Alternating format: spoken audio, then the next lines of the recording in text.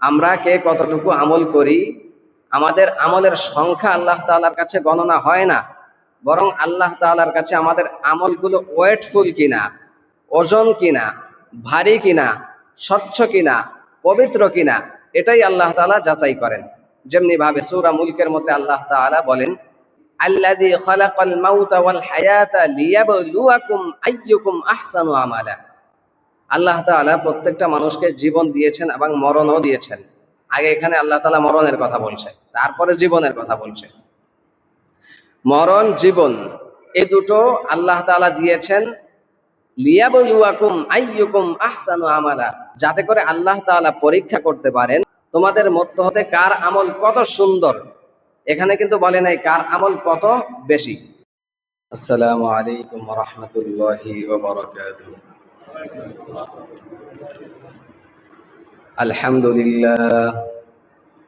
আলহামদুলিল্লাহি ওয়া কাফা ওয়া সালামুন আলা ইবাদিহিল্লাযীনা ইসতাফা। أما بعد فأعوذ بالله من الشيطان الرجيم. بسم الله الرحمن الرحيم. إنا أعطيناك الكوثر فصل لربك وانحر إن شانئك هو الأبتر. وقال رسول الله صلى الله عليه وسلم: من كان له سعة ولم يضحي فلا يقربن مصلانا، أو كما قال عليه الصلاة والسلام. اللهم صل على محمد وعلى آل محمد كما صليت على إبراهيم وعلى آل إبراهيم إنك حميد مجيد. اللهم بارك على محمد وعلى آل محمد كما باركت على إبراهيم وعلى آل إبراهيم إنك حميد مجيد. بلغ العلا بكماله كشف الدجى بجماله حسنت جميع خصاله صلوا عليه وآله. সম্মানিত মুসল্লিয়ানে কারাম, মহান আল্লাহ রাব্বুল আলামিনের দরবারে হাজার হাজার লক্ষ লক্ষ কোটি কোটি গুণ শুকরিয়া জ্ঞাপন করছি, যে মহান আল্লাহ রাব্বুল আলামিন আমাদেরকে দীর্ঘ এক সপ্তাহ পর সলাতুল জুমাহ আদায়ের লক্ষ্যে মসজিদে আসার, বসার এবং দ্বীনি কিছু কথাবার্তা শোনার জন্য মসজিদে উপস্থিত হওয়ার তৌফিক দান করেছেন। এজন্য আমরা সকলেই অন্তরস্থল থেকে বলি আলহামদুলিল্লাহ। আজ জিলহজ মাসের 4 তারিখ, আর 6 দিন পরেই আমাদের এক অনন্য ইবাদত কুরবানি এটা চলে আসছে। তো যেহেতু কুরবানি খুবই সন্নিকটে, তো সেই হিসাবে কুরবানির কিছু ফাজাইল ও মাসাইল সম্পর্কে আলোচনা করা গুরুত্বপূর্ণ মনে করছি। মহান আল্লাহ রাব্বুল আলামিন কালামে পাকের মধ্যে বলেন, লা ইয়ানালাল্লাহা লুহুমুহা ওয়ালা দিমাউহা ওয়ালাকিন ইয়ানালুহুত তাকওয়া মিনকুম কাযালিকা সাখখারাহা লাকুম লিতুকাব্বিরুল্লাহা আলা মা হাদাকুম ওয়া লাআল্লাকুম তাশকুরুন। মহান আল্লাহ রাব্বুল আলামিনের ইবাদত সমূহের মধ্যে একটি অন্যতম ইবাদত হচ্ছে কোরবানি। এই কোরবানিকে কেন্দ্র করে মহান আল্লাহ রাব্বুল আলামিন তিনি আমাদের থেকে আমাদের তাকওয়া এবং আমাদের স্বচ্ছতা এবং আমাদের ঈমানের পরিচ্ছন্নতা আল্লাহ তাআলা দেখতে চান। তো যার ফলে মহান আল্লাহ রাব্বুল আলামিন এই আয়াতের মধ্যে তিনি উদ্দেশ্য বলে দিয়েছেন কোরবানি করলে ফায়দা কি হবে এবং কোরবানি দ্বারা উদ্দেশ্য কি হবে। এই আয়াত সম্পর্কে গত সপ্তাহে আমি সামান্য আলোচনা করেছিলাম। তো সূত্র হিসাবে আবারও একটু কথা বলি। আল্লাহ তাআলা এখানে বলেন, লা ইয়ানালাল্লাহু লুহুমুহা ওয়ালা দিমাউহা ওয়ালাকিন ইয়ানালুহুত তাকওয়া মিনকুম। আমরা যে পশুগুলো কোরবানির জন্য জবেহ করে থাকি, এই পশুগুলোর গোশত, পশম, রক্ত কোনো কিছুই মহান আল্লাহ রব্বুল আলমিনের দরবারে পৌঁছায় না। এখানে আল্লাহ তাআলা সেই কথাই বলছেন। তাহলে আল্লাহর ফায়দা কি? আল্লাহ রব্বুল আলমিনের ফায়দা কি এই কুরবানির মাধ্যমে? তো আল্লাহ তাআলা তিনি বলেন, ওয়ালাকিন ইয়ানালুহুত তাকওয়া মিনকুম, বরং আমি দেখতে চাই তোমাদের মধ্যে কার তাকওয়া কেমন। সুবহানাল্লাহ। তো এই তাকওয়ার ভিত্তিতে হচ্ছে প্রত্যেকটা মুমিনের মানদণ্ড হিসাব হবে। আমরা কে কতটুকু আমল করি, আমাদের আমলের সংখ্যা আল্লাহ তাআলার কাছে গণনা হয় না, বরং আল্লাহ তাআলার কাছে আমাদের আমলগুলো ওয়েটফুল কিনা, ওজন কিনা, ভারী কিনা, স্বচ্ছ কিনা, পবিত্র কিনা, এটাই আল্লাহ তাআলা যাচাই করেন। যেমনি ভাবে সূরা মুলকের মধ্যে আল্লাহ তাআলা বলেন, আল্লাযী খালাকাল মাউতা ওয়াল হায়াতা লিয়াবলুয়াকুম আইয়ুকুম আহসানু আমালা। আল্লাহ তাআলা প্রত্যেকটা মানুষকে জীবন দিয়েছেন এবং মরণও দিয়েছেন। আগে এখানে আল্লাহ তাআলা মরণের কথা বলছে, তারপরে জীবনের কথা বলছে। মরণ জীবন এই দুটো আল্লাহ তাআলা দিয়েছেন লিয়াবলুয়াকুম আইয়ুকুম আহসানু আমালা, যাতে করে আল্লাহ তাআলা পরীক্ষা করতে পারেন আমাদের মধ্য হতে কার আমল কেমন। আইয়ুকুম আহসানু আমালা, তোমাদের মধ্য হতে কার আমল কত সুন্দর। এখানে কিন্তু বলে নাই কার আমল কত বেশি। বেশি বলছে, আহসানু মানে সুন্দর।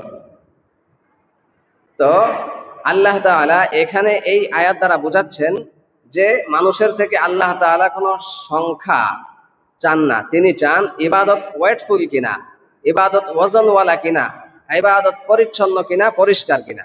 তো প্রিয় ভাইরা, ঠিক এমনি ভাবে হযরত ইব্রাহিম আলাইহিস সালামকে আল্লাহ তাআলা নির্দেশ করেছিলেন তোমার প্রিয় বস্তু তুমি জবাহ করো। এভাবে আল্লাহ তাআলা স্বপ্নের মাধ্যমে যে হযরত ইব্রাহিম আলাইহিস সালামকে দেখাইলেন যে তুমি তোমার প্রিয় বস্তু কুরবানি করছো। তো প্রিয় বস্তুটা কি? তো প্রিয় বস্তু বলতে আমরা জানি তিনবার হযরত ইসমাঈল আলাইহিস সালাম 300 উট পর্যন্ত কোরবানি করেছেন, কিন্তু দেখেন যে না, আল্লাহ তাআলা এটা চাচ্ছেন না। তাহলে হযরত ইব্রাহিম আলাইহিস সালাম বুঝতে পারলেন প্রিয় বলতে, উত্তম বলতে আল্লাহ তাআলা বোঝাচ্ছেন আমি পৃথিবীর মধ্যে যা কিছু ভালোবাসি সব থেকে প্রিয় বস্তুই আল্লাহ তাআলা চাচ্ছেন।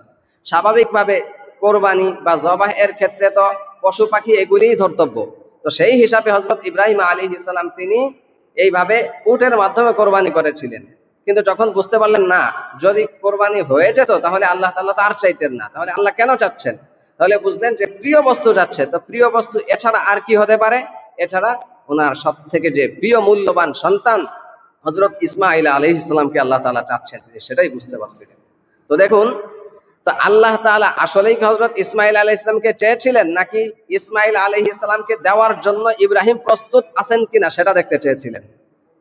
প্রস্তুত আছেন কিনা এটা দেখতে চেয়েছিলেন। তো প্রিয় ভাইয়েরা, তো আমাদের যারা আমরা আমল করি, আসলে আল্লাহ তাআলা আমাদের গোশত, আমাদের পশুর রক্ত এটা নেবার জন্য আল্লাহ তাআলা আমাদেরকে এই আমল করতে বলেন না, বরং তিনি দেখেন যে আমরা আল্লাহর জন্য করি কিনা, আমরা আল্লাহর জন্য একনিষ্ঠভাবে এটা দিতে প্রস্তুত কিনা। কথা বুঝে আসছে? এজন্য সর্বপ্রথম কোরবানির আগে নিয়ত সহি করা। কি করা? কোরবানির জন্য নিয়ত সহি করা। এরপর আসুন, আমরা জানি এক সাহাবী তিনি আমাদের প্রিয় নবী হযরত মুহাম্মদুর রাসূলুল্লাহ সাল্লাল্লাহু আলাইহি ওয়াসাল্লামকে জিজ্ঞাসা করলেন, মা হাদিল উযহিয়া, কোরবানি এটা কি জিনিস? আমাদের প্রিয় নবী হযরত মুহাম্মদ সাল্লাল্লাহু আলাইহি ওয়াসাল্লাম জবাব দিয়েছিলেন, সুন্নাতে আবিকুম ইব্রাহিম আলাইহিস সালাম। এটা হচ্ছে ইব্রাহিম আলাইহিস সালামের একটি সুন্নত। তো এখন কথা হলো, তা আমরা জানতে পারতেছি যে হযরত ইব্রাহিম আলাইহিস সালামের সুন্নত, তাহলে এটা কি আমাদের শরীয়তে নেই? হ্যাঁ, অবশ্যই আছে। কারণ দেখুন, যখন আমরা কোনো কথা বলি, কোনো বক্তব্য প্রদান করি, তখন আমরা পেছনের আমাদের বড় কেউ বলি যে আমার শায়েখ এটা বলেছেন, অমুক জায়গায় পীর সাহেব এটা বলেছেন, অথবা আমার দাদা, আমার পূর্বপুরুষ কথা বলেছেন। এটা বলি কেন? এটা বলার উদ্দেশ্য হচ্ছে আমিও তার কথার সাথে একমত, আমি যেটা বলছি সেটা আমারই কথা, আমি বলছি, কিন্তু এ কথার উপর আমার পূর্বে আরো অনেকের দলিল আছে। অর্থাৎ আমার ব্যক্তিগত বা নিজের কথাটাকে শক্তিশালী করার জন্য আরো পূর্বের মানুষের উদ্ধৃতিগুলো দিয়ে থাকি। তো সেই হিসাবে আমাদের ধর্মে তো এটা অবশ্যই একটা ইবাদত। তো এই ইবাদতকে আরো মজবুত করার জন্য আমাদের প্রিয় নবী হযরত মুহাম্মদ সাল্লাল্লাহু আলাইহি ওয়াসাল্লাম তিনি বললেন সুন্নাত আবিকুম ইব্রাহিম, এটা শুধু আমার একার নয়, বরং আমার পূর্বপুরুষ যারা ছিল হযরত ইব্রাহিম আলাইহিস সালাম থেকে এই রসম চালু হয়েছে। কথা বুঝে আসলো? তো এখন কথা হচ্ছে, প্রশ্ন হচ্ছে সুন্নাত আবিকুম ইব্রাহিম বলছে সুন্নাত, এখন সুন্নাত অথচ আমরা দেখি আমাদের শরীয়তে এটা ওয়াজিব। প্রশ্ন হয় না? এখন দেখুন, সুন্নতের দুইটা অর্থ। কয়টা? দুইটা। একটা হচ্ছে নীতি আদর্শ, নীতি ও আদর্শ। আর একটা হচ্ছে ইবাদতের ক্ষেত্রে ইবাদতের যে স্তর সমূহ, সেই স্তর সমূহের একটা স্তরের নাম হচ্ছে সুন্নত। তো এখন সুন্নাত আবিকুম ইব্রাহিম দ্বারা উদ্দেশ্য এখানে প্রথাগত সুন্নত উদ্দেশ্য, এখানে শরীয়তের বিধানসমূহ বাস্তবায়নের যেই প্রক্রিয়া অর্থাৎ স্তর, এই স্তরের ভিত্তিতে এটা সুন্নত নয়। শরীয়তের বিধিবিধানের যে স্তর, সেই বিধিবিধানের স্তরের ভিত্তিতে কোরবানি ওয়াজিব, কিন্তু প্রথা অনুযায়ী, প্রচলন অনুযায়ী এটা হচ্ছে সুন্নত, রীতি নীতি আদর্শ। কথা বুঝাইতে পারলাম? এখন আসুন, অতি নিকটেই কোরবানি। আল্লাহ তাআলা এই কোরবানি সম্পর্কে সূরা কাউসারের মধ্যে বলেন ফাসাল্লি লিরাব্বিকা ওয়ানহার, হে নবী আপনি আপনার রবের জন্য নামাজ পড়ুন এবং ওয়ানহার নহর করুন, কোরবানি দিন। ওয়ানহার শব্দের অর্থ হচ্ছে কোরবানি করা। তো স্বাভাবিকভাবে কোরবানি করা আর নহর করা এই দুইটার মধ্যে সামান্য পার্থক্য আছে। এটা যারা সৌদিতে ছিল বা আরবে বহুদিন ছিল তারা বুঝতে পারবে সহজে, যে উটগুলোরে কিন্তু শোয়ানো অবস্থায় জবাই করা হয় না, এগুলোকে দাঁড় করানো অবস্থায় গলার মধ্যে আঘাত করা হয়। তো দাঁড় করানো অবস্থায় যেই পশুগুলোকে আঘাত করে জমিনে শোয়ানো হয়, এটাকে বলা হয় নহর করা। আর কোরবানি করার হচ্ছে একদম নিচে শুয়ে তাকে জবাই করা। তো এখানে উদ্দেশ্য দুটোই, এক কথায় দাঁড়ানো হোক, শোয়া হোক, যে অবস্থায় হোক, এটা আল্লাহ তাআলার বিধান হচ্ছে যে ওয়ানহার, কোরবানি করা। তাহলে এখানে আর কোনো এশকাল থাকলো না, প্রশ্ন থাকলো না। তো এখন প্রথম প্রশ্ন হচ্ছে কোরবানি যে ওয়াজিব, কার উপর ওয়াজিব, কোন ব্যক্তির উপর ওয়াজিব? তো ভালো করে খেয়াল করবেন, স্বাধীন বালেগ, মস্তিষ্ক ভালো, পাগল না, সুস্থ মস্তিষ্কের মানুষ, যার নেশাব পরিমাণ সম্পদের, যে ব্যক্তি নেশাব পরিমাণ সম্পদের মালিক, মুসলমান, আকেল, বালেগ, এবং সম্পদ যেই ব্যক্তির নেশাব পরিমাণ আছে, এই ব্যক্তির উপর কোরবানি করা ওয়াজিব। এটা হচ্ছে প্রথম প্রশ্ন। আজকে প্রায় আপনাদের সামনে 30টার মতো প্রশ্ন আমি আনছি, প্রত্যেকটা ইনশাল্লাহ সংক্ষিপ্ত আকারে হলেও বলার চেষ্টা করব। কোরবানি ওয়াজিব হচ্ছে মুসলমান হতে হবে, প্রাপ্তবয়স্ক হতে হবে, তারপর হচ্ছে আপনার নেশাব পরিমাণ সম্পদের মালিক হতে হবে, এবং সেই ব্যক্তি মুকিম হতে হবে, অর্থাৎ যে বাড়ি ঘরে আছে, সফররত অবস্থায় না, এমন ব্যক্তির উপর কোরবানি করা ওয়াজিব। এখন কথা হলো নেশাব কতটুকু? আমরা সকলেই জানি যে 7.5 ভরি স্বর্ণ অথবা 52 ভরি বা তোলা রূপা। দেখুন ওই মূল্যে, ওই পরিমাণ সম্পদের যেই মূল্য আসবে, সেই মূল্যের উপর ভিত্তি করে আপনার উপর কোরবানি ওয়াজিব। আরেকটা কথা, নেশাব পরিমাণ সম্পদের মালিক হতে হবে নিত্য প্রয়োজনীয় জিনিসের অতিরিক্ত। এখন জানা দরকার হচ্ছে নিত্য প্রয়োজনীয় জিনিস এটা কি? নিত্য প্রয়োজনীয় জিনিস হচ্ছে যেমন আমি আমার ব্যবহৃত জামা কাপড়গুলো, তারপর রান্নার জন্য যে আসবাবপত্র, এরপরে বাহনের জন্য যে গাড়িটি আমি ব্যবহার করে থাকি, হোন্ডা হতে পারে অথবা একটা প্রাইভেট কার হতে পারে, এরপরে আমি যে বাড়িটায় বসবাস করি সেটা হতে পারে, এর অতিরিক্ত যা কিছু থাকবে। তো এর অতিরিক্ত প্রয়োজনের অতিরিক্ত কি হতে পারে? যেমন দেখেন, একজনের একটা বড় বাড়ি আছে, কিন্তু একজন মানুষের থাকার জন্য কতটুকু পরিমাণ দরকার?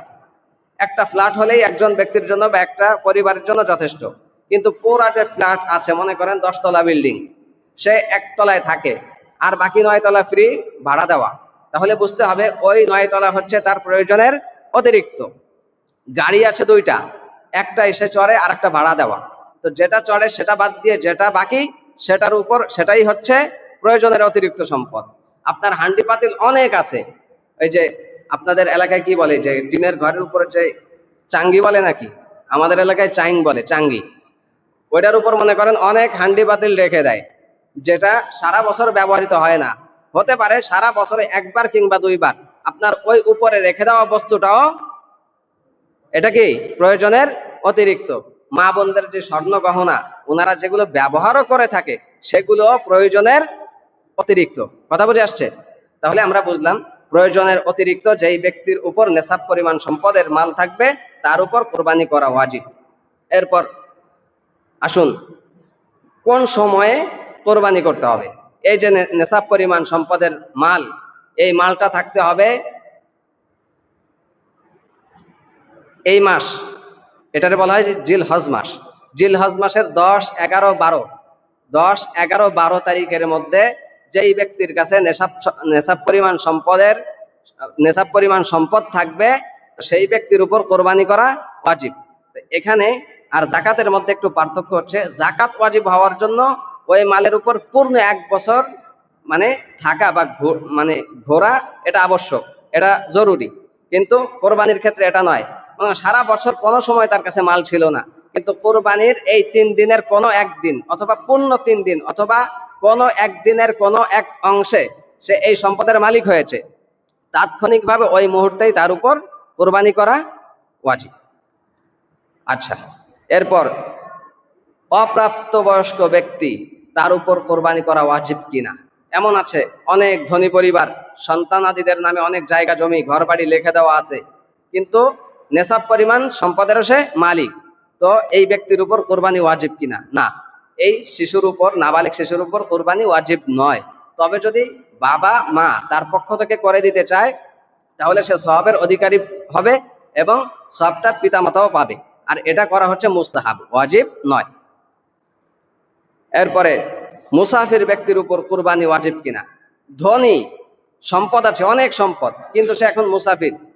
ধরেন এই জায়গার কোন একজন ব্যক্তি গেছে খুলনায়, তো এখন সে তো এখানকার মুসাফির। মুসাফির মানে আবার বুঝতে হবে 78 কিলোমিটার দূরত্ব এবং থাকার নিয়ত হতে হবে 15 দিনের কম। কতদিন? 15 দিনের কম। 15 দিনের কমে 78 কিলোমিটারের দূরত্বে যে ব্যক্তি অবস্থান করবে সে হচ্ছে মুসাফির। সেই ব্যক্তি যদি নেশাব পরিমাণ সম্পদেরও মালিক হয় তবুও তার উপর কোরবানি করা ওয়াজিব নয়। এরপরে আসেন দরিদ্র ব্যক্তির উপর কোরবানি ওয়াজিব কিনা। না, দরিদ্র ব্যক্তির উপর কোরবানি ওয়াজিব নয়। তবে যদি দরিদ্র ব্যক্তি কোরবানির নিয়তে পশু ক্রয় করে তাহলে এই ক্রয় করার কারণে তার উপর কোরবানি ওয়াজিব। কথা বুঝে আসছে? কোন এক ব্যক্তি দরিদ্র কিন্তু সে ইচ্ছা করছে অথবা সে তার মনে চাইছে যে আমি আল্লাহর নামে এবার একটা কোরবানি দিব, কিন্তু সে কোরবানির নিয়তে যে পশুটা ক্রয় করলো সেটা তার উপর কোরবানি করা ওয়াজিব। এখন এখানে একটু বিস্তারিতভাবে বলতে হয়, এখানে কিছু পার্থক্য আছে। যেমন যে ব্যক্তি আল্লাহকে সন্তুষ্টি করার উদ্দেশ্যে কিন্তু তার উপর ওয়াজিব না, সে ক্রয় করছে, দরিদ্র মানুষ ক্রয় করছে, এখন তার পশুটি হারিয়ে গেল, তখন তার উপর কিন্তু আর কোরবানি ওয়াজিব না। সে যেটা কিনছিল এটা হারায় গেছে, শেষ, ঠিক আছে। এখন এই ব্যক্তি যদি আবার চিন্তা করে যে না, আমি কিনছিলাম, আমি তো পারলাম না, আমার মনে খাহেশ আছে, আমি আর একটা কিনবো, সে আর একটা কিনলো। এখন দেখা যাচ্ছে যে সে দ্বিতীয় পশু ক্রয় করলো, এখন কোরবানির আগ মুহূর্ত দিয়ে সে দুটো পশুই পেয়ে গেল, তখন এই গরিব ব্যক্তির উপর দুটো কোরবানি করাই ওয়াজিব। কারণ তার উপর প্রাথমিকভাবে কোনো ওয়াজিব ছিল না, সে নিজের উপর আবশ্যক করে নিয়েছে। আর এক্ষেত্রে বুঝতে হবে তার ওয়াজিব হওয়ার কারণ হচ্ছে মান্নত করা যেমন ওয়াজিব, তো মান্নতের যে প্রক্রিয়া ওইভাবে সে নিয়তের মাধ্যমে কেমন যায় সে নিয়তটাকে টাইট করে ফেলে, শক্ত করে ফেলে, যার ফলে এখানে ওয়াজিব হয়ে যায়। তো যেটা ওয়াজিব সেটা পালন করাও ওয়াজিব। তো প্রথমটা হারাই গেলে শেষ হয়ে গেছিল, কিন্তু যেহেতু পাওয়া গেছে এখন তার মান্নতের যে বিষয়টা সেটা তার উপর রয়ে গেছে, এখন সেটা তাকে কোরবানি করতে হবে। আর যদি ধনী ব্যক্তি হয় ধনী ব্যক্তি প্রথমে একটা ক্রয় করছে, হারায় গেছে, আর একটা কিনছে, এখন আগেরটাও পাওয়া গেছে, দুইটা পাওয়া গেছে, তাহলে ধনী ব্যক্তির উপর যে কোনো একটা দিলেই তার পক্ষ থেকে ওয়াজিব সাকেত হয়ে যাবে। কথা বুঝে আসছে? তো এজন্য যারা দরিদ্র তাদের উপর এটা আবশ্যক নয়। যদি কেউ, আমরা যারা দরিদ্র অবস্থায় করতে চাই, এটা খারাপ না, করা যায়। তো শুধু পার্থক্যটা বুঝাইলাম আর কি। এরপর আরেকটা প্রশ্ন, পশু ক্রয়ের পর কুরবানি করার সুযোগ না পেলে করণীয় কি? পশু কিনছেন, কিন্তু এমন একটা অ্যাক্সিডেন্ট হলো ফ্যামিলির মধ্যে, কেউ মারাত্মক অসুস্থ, তাকে নিয়ে হসপিটালে দৌড়াদৌড়ি করছেন, অথবা এমন একটা সময় আসলো যে একজন মুমূর্ষ ব্যক্তিকে নিয়ে আপনারা হসপিটালে যাওয়া আসা করতেছেন, মনে করছেন যে লাস্টের দিন জবাই করবেন, কিন্তু সেই দিন তিনি মারা গেছেন। তো তার কাফন দাফনের ব্যবস্থা করতে করতে 3 দিনই সময় শেষ। এখন কি করবেন? কিন্তু পশু ক্রয় করছেন, তাহলে সেক্ষেত্রে এই পশুটা এই 3 দিন যাওয়ার পর পূর্ণটা সৎকা করে দেওয়া। কি করে দেওয়া? সৎকা করে দেওয়া। এটারে আবার জবাই করে গোশত বন্টন করা যাবে না। কথা বুঝে আসছে? পূর্ণটা আলাম করে এটারে সৎকা করে দিতে হবে। এরপর প্রশ্ন হচ্ছে, পশু ক্রয় করে না থাকলে করণীয় কি? ধরেন পশু পায় নাই, অথবা অলসতা করে কেনে নাই, যেটাই হোক, ধনী ব্যক্তি সামর্থ্য আছে কিন্তু সে পশু ক্রয় করতে পারে নাই, অথবা অলসতা করে কেনে নাই, তাহলে এই ব্যক্তির জন্য হচ্ছে একটা ছাগল অথবা দুম্বা অথবা ভেড়া পরিমাণ যেই টাকা, যেই অর্থ, এই অর্থটা সম্পূর্ণরূপে সৎকার করে দিতে হবে। প্রশ্ন বুঝতেছেন? এগুলো জরুরি বিষয়।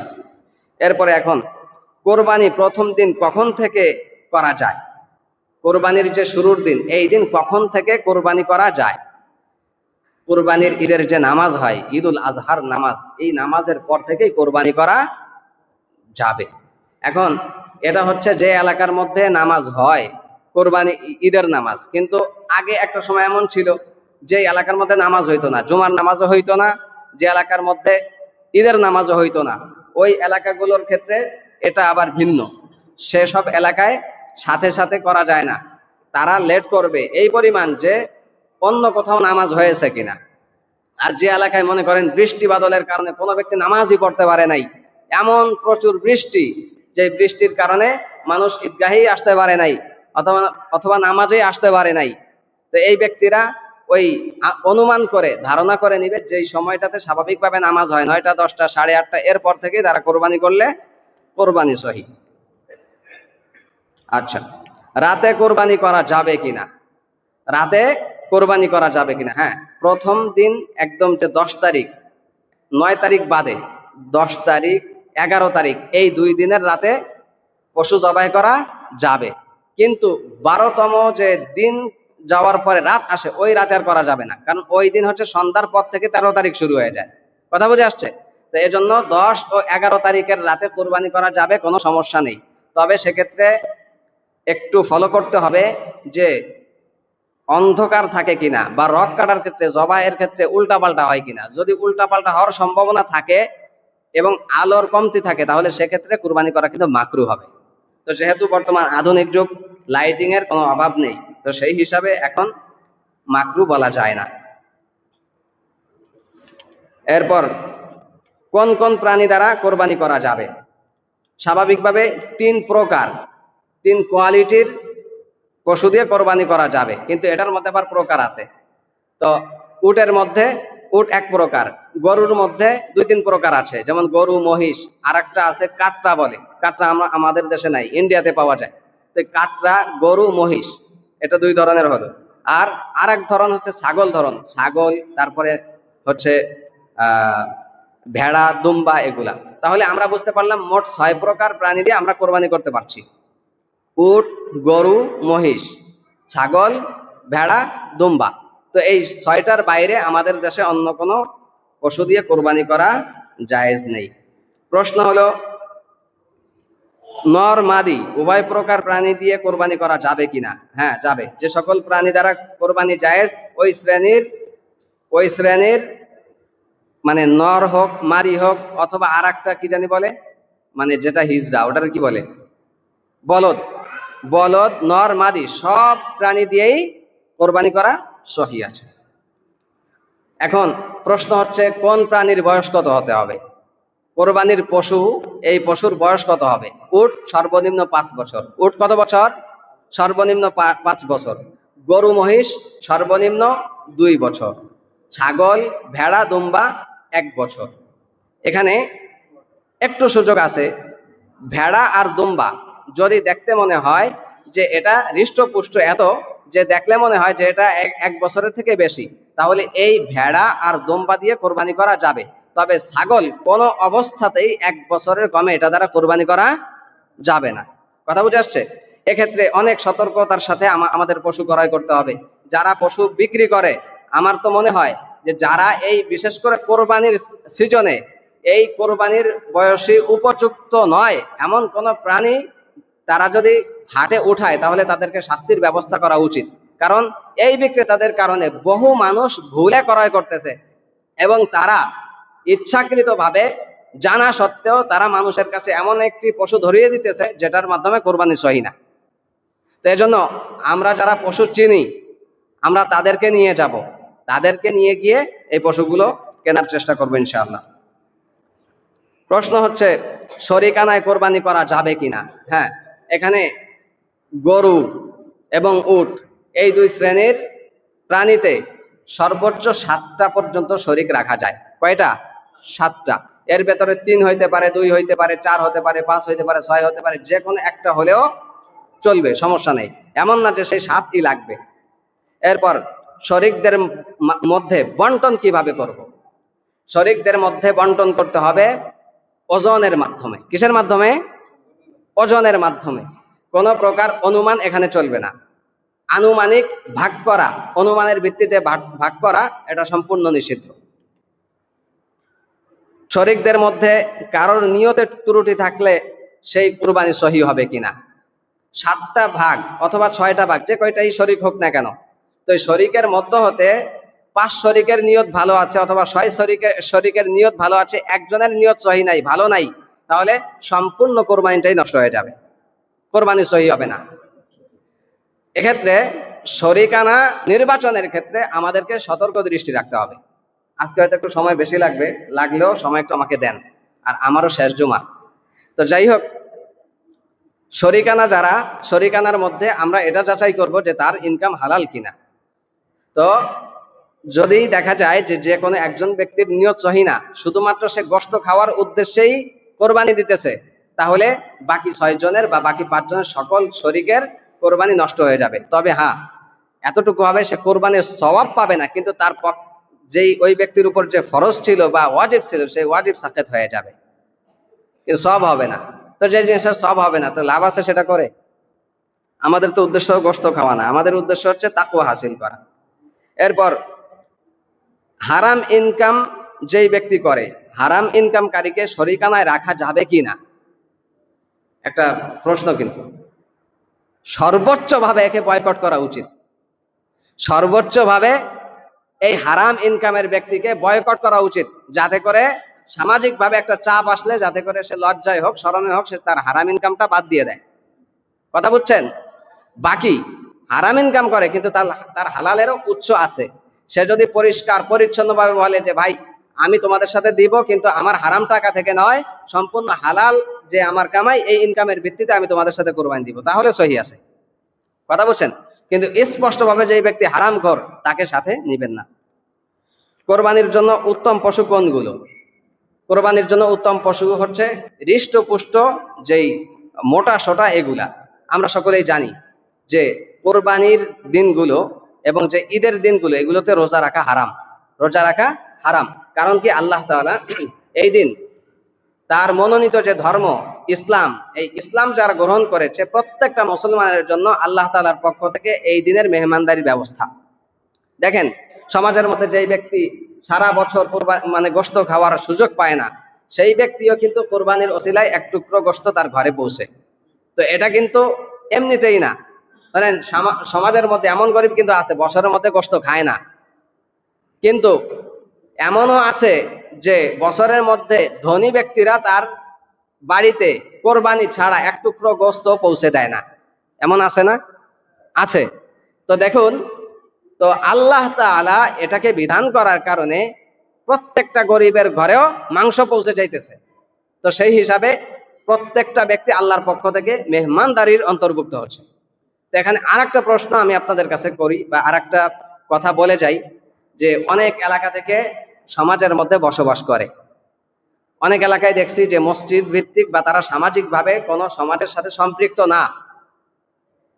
সম্পৃক্ত না থাকার কারণে তাদেরকে কোরবানির গোশত থেকে মাহরুম করা হয় বা তাদেরকে দেওয়া হয় না। এটা কিন্তু ভুল।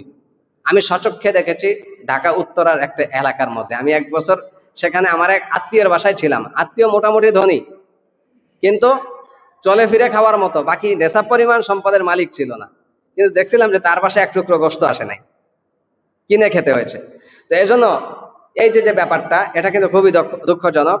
সেই ব্যক্তি যদি সমাজের সাথে সম্পৃক্ত না থাকে কিন্তু ভাড়াটিয়া, তবুও তাকে আমরা মাহরুম করব না, কারণ এটা হচ্ছে আল্লাহর পক্ষ থেকে মেহমানদারি। সে যত বড় নিকৃষ্ট হোক, যত বড় খারাপ লোক হোক, অথবা সে সমাজের বাইরের হোক, সে যাতে এই দিন মাহরুম না থাকে, এইদিকে আমরা সজাগ দৃষ্টি রাখবো ইনশাআল্লাহ।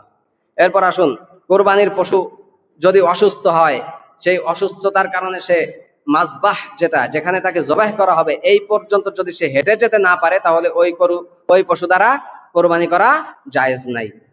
এরপর যদি কোরবানির পশু পা ভাঙা থাকে, তাহলে সেটা দিয়ে কোরবানি করা যাবে কিনা, সে পা ভাঙারও একই মাসালা। যদি সে এই পরিমাণ পা ভাঙা থাকে, সে মাজবাহ পর্যন্ত হেঁটে যেতে পারে না, তাহলে এই পশু দিয়ে কোরবানি করা যাবে না। লেজ কাটা হলে কি করণীয়? লেজ যদি 3 ভাগের 1 ভাগ কাটা থাকে, তাহলে এটা দিয়ে সহি আছে। কিন্তু অর্ধেক অথবা তার থেকে বেশি অংশ যদি কাটা থাকে, তাহলে এই লেজ কাটা গরু দিয়ে কোরবানি করা সহি হবে না। ঠিক অনুরূপভাবে কান 3 ভাগের 1 ভাগ কাটা, বাকি 2 ভাগ ঠিক আছে, অথবা অর্ধেকের বেশি ঠিক আছে, তাহলে এটা দিয়ে কোরবানি করা যাবে। কিন্তু অর্ধেক বা তার থেকে কম যদি ঠিক থাকে, তাহলে এটা দিয়ে কোরবানি করা জায়েজ নেই। আর যে দাঁত এমন ভাঙা হয় বা দাঁত একেবারে না থাকলে উহা দিয়ে কোরবানি করা যাবে না। আর যদি এই পরিমাণ দাঁত থাকে যার মাধ্যমে সে ঘাস চিবিয়ে খাইতে পারে, তাহলে এই পশু দ্বারা কোরবানি করা যাবে। এরপর গর্ভবতী প্রাণী, যে সকল প্রাণী গর্ভ অবস্থায় আছে, এগুলো দিয়ে কোরবানি করা যাবে কিনা? হ্যাঁ, এটা দিয়ে যাবে, তবে 3টা অবস্থা হইতে পারে। গর্ভবতী গাভীর 3টা অবস্থা হইতে পারে। মনে করেন জবাহ এর পরে দেখা গেল যে ভেতরে যে বাচ্চাটা ছিল এটা অসম্পূর্ণ, তাহলে অসম্পূর্ণ হলে এটা সম্পূর্ণ রূপে ফেলে দিতে হবে। আর যদি এমন হয় যে সম্পূর্ণ হয়েছে কিন্তু মরা, তবুও সেটাকে পরিপূর্ণটা ফেলে দিতে হবে। আর যদি দেখা যায় যে সেই ভেতরে থাকা বাচ্চাটা সুস্থ এবং সে জীবিত এবং পূর্ণাঙ্গ হয়েছে, তাহলে এটাকে নতুন করে আবার জবেহ করতে হবে, এবং এটার গোশত খাওয়া যাবে, কোনো সমস্যা নেই।